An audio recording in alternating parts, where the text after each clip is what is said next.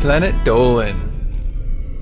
From toiletry to being unintentionally racist, we count 10 shocking secrets from the gaming industry. Hello there, my name is Shima and I'll be your feline narrator today, reading out amazing and unbelievable facts while you get nice and cozy. Number 10. Black and White. Punishment. Black and White is a god game where, among other things, you can either punish or praise creatures in order to encourage or inhibit any behavior they might perform. Prior to the patch, this included being able to punish creatures that pooped, causing them to become permanently constipated. Number 9. Final Fantasy 15. Culture shock. When you think of Final Fantasy, chances are you think of Japanese culture, which seems more than a little odd to the West. But did you know that Final Fantasy 15 is actually inspired by an American movie? Apparently, they wanted to emulate the mood created when Marty McFly comes back to the future in the second film and is shocked by the future world, but everyone else just treats it as normal. Number 8. Dark Souls. Poorly named. Dark Souls is another title that takes influences from Western culture, to the point where all the characters are all voiced in English, even in the Japanese versions.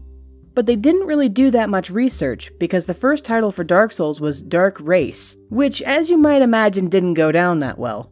So then they changed it to Dark Ring. Poor FromSoft. First you're racist, and then you conjure up the image of an arsehole. At least third time was the charm in this case. Number 7. GoldenEye 64. Emulation. The Nintendo 64's cartridges were notorious for having a very limited amount of space. However, Rareware managed to hide something rather extraordinary in GoldenEye 64. Steve Ellis programmed a ZX Spectrum emulator inside the game's code, just to see if it were possible.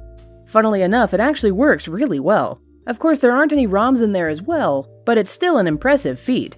Number 6. Dead Island. Gender Wars. If you mention anything related to feminism on the internet, you're bound to have sparks fly within 1 or 2 comments. But sometimes you really have to question why people do it. Especially in the case of Dead Island, where the skill Gender Wars was referred to as feminist whore in the game's code during development. I get that no one was supposed to see it, but why take the risk? Number 5. Nintendo. IQ.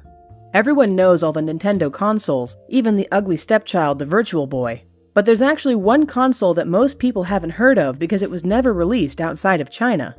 The Nintendo IQ was based on the N64, but was obviously weaker since the entire console was contained within the controller. There were 14 titles released before Nintendo scrapped the project. Number 4. Red Alert 2. Burning Manhattan. The Twin Towers were a very iconic part of New York before the tragedy of 9/11 occurred, so it's unsurprising that they were featured in quite a lot of imagery in both gaming and movies. But unfortunately for Westwood Studios, they had put an image of New York burning down with the towers as a centerpiece. Once 9/11 occurred, they did their best to remove this from the game cases. Number 3. Earthbound. Sneaky protection.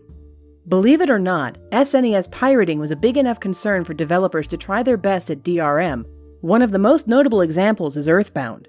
There are a couple of technical things it checks, and if they aren't bypassed, you can't play the game. But if you do disable it, then you get a third measure that ramps the difficulty up to an unplayable level. There is a fourth unknown measure, but the fifth measure is one of the cruelest. It waits until you get all the way to the end of the game and then deletes your save file. Number 2. Action 52. Cheating Ooze. Action 52 was a $200 cartridge containing 52 separate games for the NES, which turned out to be a big ripoff since all 52 are widely regarded as terrible.